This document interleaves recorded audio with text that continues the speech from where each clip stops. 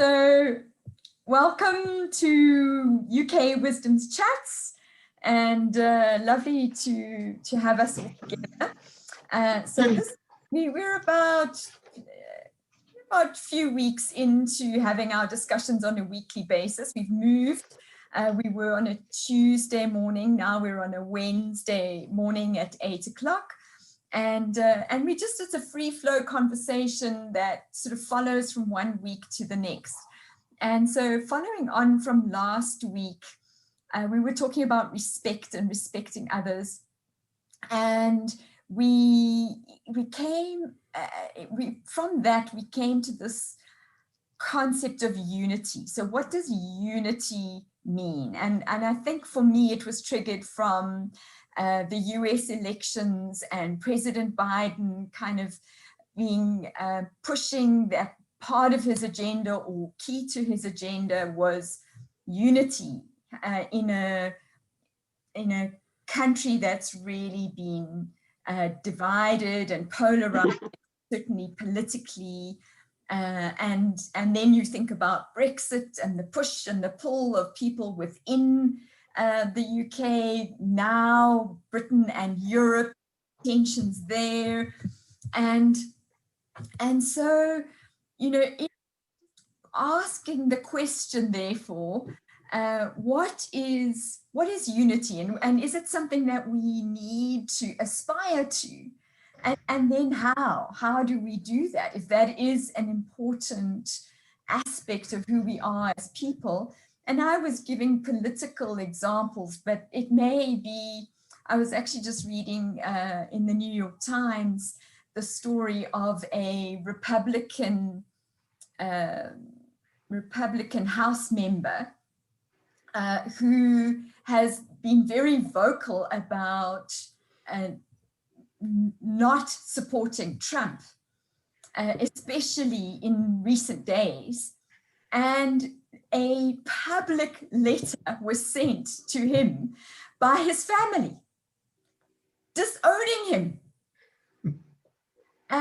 So we talk about this on a political, so we think of broad strokes, but actually it's impacting personal relationships and families. And so also thinking about it, therefore, in terms of those dynamics, what is unity? How do we achieve it? Is it important? Or do we just let people be who they be and we part our ways? So I'm going to start with you, because I'm trusting that you've done some thinking around this and you can launch in terms of your ideas. Did you say me, Lee? Because there was a bit of background noise. Yep. Okay. As you know, I normally consult my dictionary, and it said unity, oneness, harmony or concord between people. And I don't really sign up to that, because if you know the Robert Frost poem In the Wood, I take the path less traveled. And of course, if we've all got unity and harmony, everyone's trampling down the same path. And I want to be on a path where no one else is. But I think there is a place for unity, because, we get things done together. You know, I'm a big environmentalist. And for a long time, I've sort of shied away from being a member of Greenpeace, because I think they're a little bit too aggressive at times. But now I've joined them because I think together we can achieve more. And we've seen a lot of that happening, where people join together and achieve things. But I think you need disharmony as well, because that's where you get innovation. That's where you get growth. That's where things happen. And then you need to come together to get those new things into action. And I thought it's quite interesting. There's a bank in the UK called Unity Trust Bank.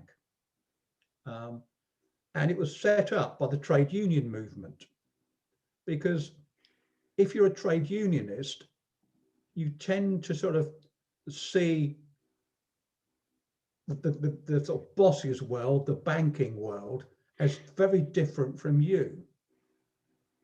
So they set up their own bank that had their own values, so that they felt they were part of something, part of a unity. They were in harmony, in concord between all the people using that bank, whereas they weren't in harmony with the current financial service providers. So I think unity can be a very powerful thing, but I think we need that discord to create opportunities. And so those are my thoughts. And yeah, I always take the path less well traveled. Thanks, Edward. So we're going to be unified in disharmony. There you go. Sven, welcome. Great to have. Glad you found us at the right time on the right link. What are your thoughts around the topic? Emma, can you just mute yourself, please? Because there's a bit of background noise. Cheers. It's actually the reason why I thought, like, no, I want to be here, and even if I'm late, I will be here, because it's a subject that is really it's one of those subjects that triggers me a lot. I think, you know, we think about unity always on a large scale, and I liked when I came in, just to get the last snippet of what you said, is, you know, we always see the large scale, but we don't see the personal part. So, and on a large scale, what we always see as unity is creating a label on which we now unify. And I find this a very weird concept, because I don't think that it creates proper unity in that sense. It just gives us comfort. It's for me a label where we find comfort of coming together. And, you know, it's like political parties, you know, people say, like, so what's your political party? And say, like, in the current system, I don't fit in any. I can't align to any. It's just, it's not part of my system. I can't align myself under any of those labels. And because I would always have to deny something very important to me to fit under the label. And I just, like, I no. And so I always saw unity as something probably more to aspire to, but something that is probably not achievable in the way that I would love, how I feel about it. And it is, for me, the ability to see my worth, to see the other person's worth, and see how we best add to each other. That is where for me, unity starts. So it's not creating a label under which we can now unify. We're not creating a vision. We're not even creating a purpose. We are coming together, discovering each other's worth, and create a purpose from there, and then act in unity. And as I said, like, on a large scale, there's already a problem, because, you know, it's hard enough to do this in your marriage, to bring this part of unity together, to actually learn who is the other person. But that's where I learned a lot about this, is realizing what's the worth that my wife adds to me, and then begin to learn to proactively live into her worth, where it's needed, where I need it. You know, it's things like, you know, it's a weird one, but I needed the hook for me to remind myself for one thing this year, and this is to ask more people, to just ask. And so I asked my wife, I had this idea, I want to have a painting with the word ask just in front of me. It's hanging there, you know, just, I want this. My wife is an artist as part of many things. And I thought, like, I'm going to ask her. So I commissioned her a piece of art. But it's a funny thing, you know, when you do this with artists, it's like, ooh, like they kind of like, my wife's like, yeah, but what do you really want? And then, of course, for her, it's this whole achieving thing, you know. So I could have stopped asking her and asked another friend who would probably be very happy to do it because he loves painting as well. But he would just have done it. But for me, it was like, no, I know that it's her. She knows me. There is something between us, and I want to tap into the unity value that I have around me. Why would I actually disconnect from her, where I want real unity, and to go somewhere else? And and I knew it's going to be scary for her. And this is one of the things. I started leaning into her value and to her worth that she adds. And I think that's the challenge. How do we achieve it? I think I saw a verse or a quote on LinkedIn last Friday, I think, where somebody basically said, when you start seeing your worth, or it was a quote, it goes around the internet in loads of places. When you start seeing your worth, it becomes harder to stay around people who don't. And I sat there and I thought, like, I fully disagree with this. Because if we start seeing our worth, I find it, or when I started seeing my worth, I found it easier to stay around people who don't, because I saw their worth and I wanted them, how to help them even to see it too. It was not about my worth, it was seeing theirs. And I knew if I can help them seeing theirs, it's the same thing I do with my wife. Why I invest into my wife is, if I can help her to see her worth on her own 2 feet, she will start seeing mine. And this is where, for me, unity creates. Where real, genuine unity is. That, I think, is the way how we achieve it. So, yeah, that's just my thoughts. Amazing, Sven. Thank you for taking us on this journey, and we kind of feel enriched through the process of this deep thinking. So I'm going to throw Trevor in the deep end now, because I know he has a very different way of thinking. So it's good that we get to hear his perspective as well. Well, I was going to go down one route, and then Sven just flipped my brain here on his point of view, because I think I differ with him. So I might have written that particular comment that mixed with those people who actually have a high self-worth of themselves, because I believe they can add value to you. But I'll come back to that later, Sven. I think we'll keep to this unity. And I thought, this unity is strength. Let me just see if I can get something through to you. This has particular meaning to us as South Africans, because the original Union of South Africa, there in that little, our coat of arms used to be ex unitate viris, before 1961, when we became a republic, and we managed to actually just rid the shackles of our colonialist masters and gain independence from the UK. Anyway, 1961, I think we will go back to there. And because none of us then understood Latin, because Ed's dictionary wasn't around, we then converted that Latin to unity is strength. Then that was quite interesting. I mean, quite a giggle. Unity is strength, and have a look at what we went through with apartheid, in total disunity with our population. And there you can see in 1994 with our new dispensation, that unity of strength motto was carried forward for a time. And there it was in the year 2000. That's what I was looking for.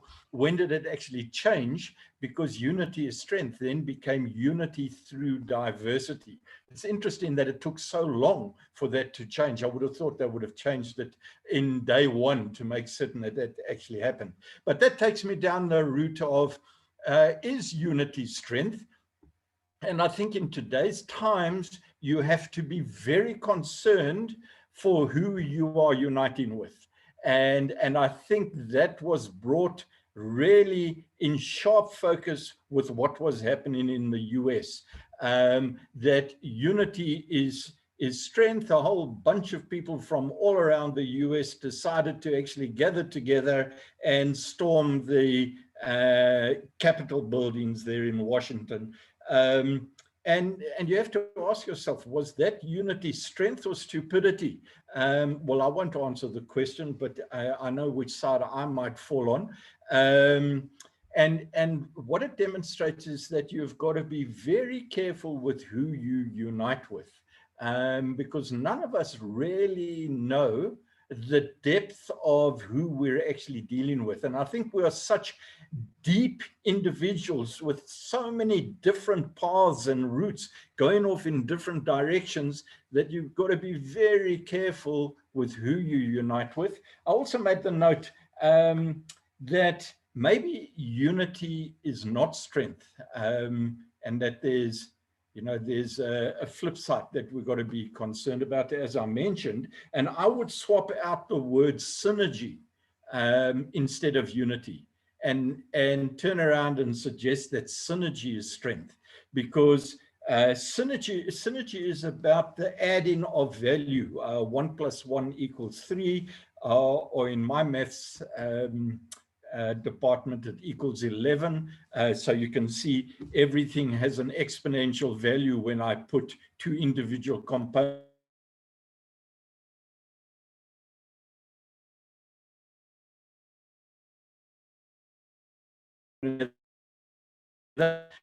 Everyone down to a low common denominator. Synergy takes you up to a much higher uncommon, what's the top thing, a numerator. Trying to remember my maths. Ed, help me, please. And then what was that direction that Zen really annoyed me with? You know what? I hate these people who are deep thinkers. So he took me down the route of, he prefers to meet with people who need lifting up. Man, there's an old thing. I think it was Zig Ziglar. Many years ago, I read a book where he used the metaphor of crabs in a basket, that you didn't have to put a lid on top of this basket of crabs, because what would happen is one crab would try and climb out of the basket, all the rest would grab that crab and pull him back down. And I tend to have the feeling that people in the main would prefer to bring you down rather than lift you up. And it's only the exceptional few who actually understand the importance of people lifting themselves up, those that want to stay down and depressed with society. And I think it's our role to actually send out the news that it's way better up here than it is going down there and trying to lift up these people one at a time. But then that completely blows out the metaphor that I absolutely love, and that's the metaphor of the starfish. Why throw one starfish back? Because it's important to that starfish. So Sven, I've just argued myself roundabout, and I'm now right behind why you actually say get out there. Please, I'd like you to analyze myself at the next meeting, because I haven't got a clue what I think now after that little discussion. No, we'll all fail that analysis, Trevor. All we know that it's going to start with 1, 2, 3. That's. Thank you. This was far too deep a topic for me. What have you got yourself into? So hopefully you can also share some thoughts now. You've got an idea around, how we work, and so just what are your ideas around unity? I think, to me, it's unity. To me, is fragmented. It depends on people's beliefs, where they see themselves, their identity. So I'm getting a bit deep now, Trevor, but I would say I'd liken it to me as a teacher, and in my area of work, which is quite niche.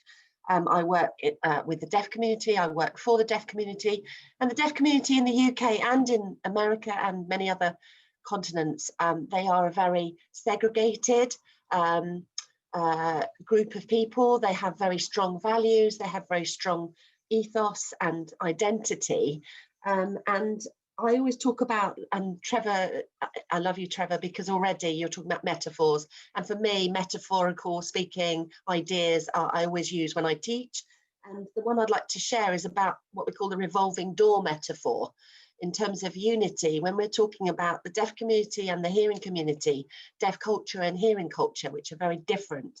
We talk about those that are stuck on the outside of those revolving doors, looking in, longing to be the other side. So those people that don't quite know where they sit are not unified and are very individualist.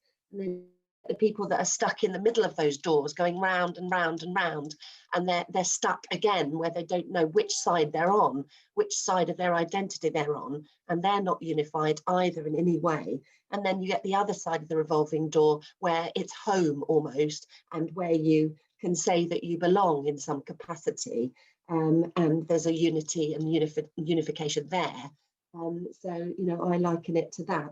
But, you know, when you look at disabled people, and I'm generalizing, and Sven, you might call me out on this, but when you look at sections of this of society, when you look at Black people, when you look at disabled people, and all the umbrella and all the you know, different facets of disability, so there are many, and you look at how people are unified and there's unity there, it's fragmented, because, you know, you can be unified and there could be unity in one group or sector of people, but then you can have very individualist people within those groups that fragment that unification. And, you know, so I'm thinking about all these different ideas, that there's never complete unity in my opinion.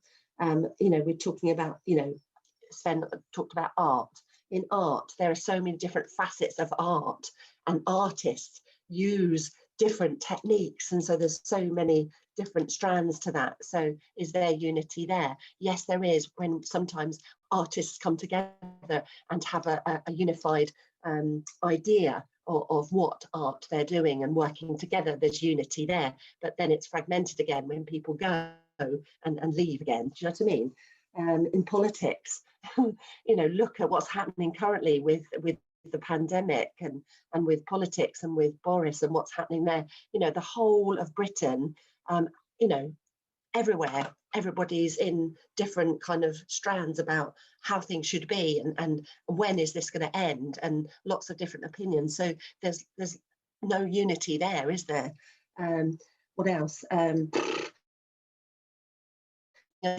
Disabled people and what happened in the 70s with the whole, you know, trying to fight for their rights, so that you know, disabled people weren't institutionalized anymore. You know, there was a unity there when people marched, you know, but then that was fragmented again once new laws came into place, and there was more oppression and more discrimination, which fragments again that unity. So yeah, they're my thoughts.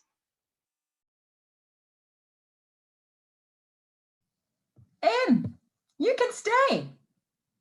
We love that. Thank you. No, I was thinking of Sven told me off because my partner's on a call, so he was yakking in the background, but I think he's quiet now. And I don't like him because she suggested I'm in a revolving door, and I'm super sensitive. Sven, I need your help, please. No, Emma, I'm so grateful for this. I love this image of the revolving door, and also understanding that that there's these moments of unity but unity is very fragile, isn't it? And that becomes so easily fragmented. And I hadn't planned to say this as part of my sort of input, but it reminded me, and I have spoken on a previous Wisdom's Chats, that I watched Beyond the Curve, which is the story of flat earthers, which Trevor, of course, absolutely, he called me out because I told me that I made him watch it, and it was wasted 90 minutes of his life. But what I found fascinating is this is a group that were incredibly unified. I mean, you have to be very, very committed to each other to believe something that is so anti-establishment in every conceivable way, to say that the earth is flat. And yet, even in this group, there was this push and pull, the power struggle of somebody saying, but I came up with the idea first. And some people, this group here says, no, the earth is covered by a dome. And other people say, no, there's no dome. It's just endless, you know. So even within this very elite group whose existence you would think is unity is required, that they're not unified. It's a bit, well, it's like an ebb and flow, isn't it? In every group of people, there's an ebb and flow of that, I think, which is what I meant by fragmentation. It's that, you know, coming together, then going apart, like a bit like water, an ebb and flow of the ocean. Which is, oh dear. So you have to watch out for the puns. So one of the things that so Trevor actually stole a little bit of my thunder, but he went down the one route, but it wasn't thunder at all. It's just that I also looked at our South African coat of arms, and Trevor was talking about unity in strength and unity in strength. And just to emphasize that our current coat of arms, and I'd like to just read this, is unity in diversity is the motto on the national coat of arms that is drawn from the Khoisan language, which I cannot pronounce. Sorry to say, I'm not unified enough with those people in my country, so I'm sorry about that. But it literally means diverse people unite. It is a call to all citizens to unite in a sense of belonging and pride. Insofar as it speaks directly and in an ancient South African language and culture deeply woven into the fabric of many indigenous languages and cultures, it highlights and celebrates the interconnections of the people, the languages, the cultures, and the histories. The thinking embraces that South Africa has many identities, and however, all are South African. The National Development Plan states that belonging to South Africa has never been promised on the notion of a melting pot that fuses everybody into the same amalgam. And I think for that's the only way I think we can be unified, is accepting that we are different, that we are diverse in every conceivable way, and that is wonderful. And in the midst of that, we can find ways of being unified, whether that's as a nation or as a group or as a family on occasions, and so on. And I just want to end with a picture that I have where I experienced this in South Africa. It's an indelible image that I will have in my forever. And that is when South Africa hosted the Soccer World Cup in 2010. And I was driving out of the city to my home, which normally takes 15 minutes. But it was Friday and the opening of the World Cup was happening either that night or early the next day. Yes, football, I get it, Sven. I knew I was going the wrong direction. And South Africa shut down, basically. Work, everything shut down for the period of time that we were hosting the World Cup. And I was driving out of the city along with the entire South African population. And so what normally took 15 minutes took easily 3 hours. And nobody was irritated or frustrated. We were hooting, we were waving flags, we were chatting to the person in the car around us, the music was blaring, there were guys selling cool drinks. It was a party of note which went on for 2 weeks, and everybody was excited. Everybody was just on a high in terms of this incredible event. And we as South Africans, I mean, we did terribly in the World Cup, but that didn't matter. As soon as our team lost, we supported another team. and another team and another team. It was all about and we as South Africans felt so proud of ourselves in this incredible moment. And so, yeah, that was a great moment. And I always say South Africans are big event people because it doesn't reflect us in many ways, as Em says, ebb and flow. And then it all settles down and we get back to our normal gripes and concerns and everything. So that was what I wanted to add in terms of unity. And, you know, as you were talking, I was thinking about, Sven spoke about worth, Trevor spoke about synergies and adding value. And I know that in previous Wisdom's chats, we might have mentioned this, but I think this, you know, we're on different pathways as we go. So I would like, I'm wondering whether next week we don't talk about what is of worth, what is really of value, what is worth and what is value. I think if we can ask those questions next week. Yeah, so thank you, everybody. Good to share in this time together, and look forward to seeing you next week. Thanks, Lee. Thank you very much. Very interesting. Thank you. Nice Nice to meet you all. I want to add something to the World Cup of South Africa, because there's something very special about a World Cup, and that was the noise of the vuvuzelas, or how you ever call them, because this was unique. This was unique to this World Cup. You would hear shouting people, but you go into the stadium and hear like, "Rrr." This was just, you know, and everywhere in the world, these things were sold. You know, it was a massive thing. And that is certainly the most memorable part of that World Cup for probably the rest of the world. And the other thing was, the world expected South Africa to fail. And you didn't. You really, really, really put on an amazing World Cup. Thank you. Yes. We will take that bow on behalf of our nation. Okay. Thanks Thanks everybody. very much. Thanks very much. Thanks, guys. Bye. See you soon. See you next week. Bye.